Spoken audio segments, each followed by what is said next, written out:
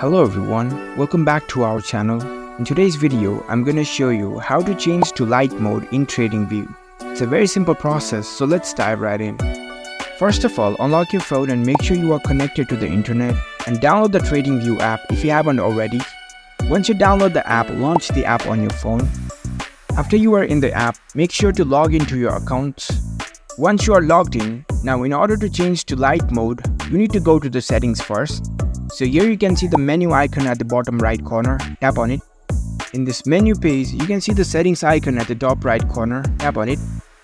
In the settings page, you can see the theme option at the top, tap on it.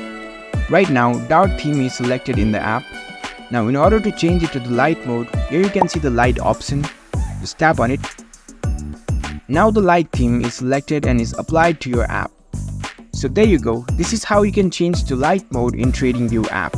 It's a very simple process. If you found this video helpful, don't forget to give this video a thumbs up and subscribe to our channel for more tech tips.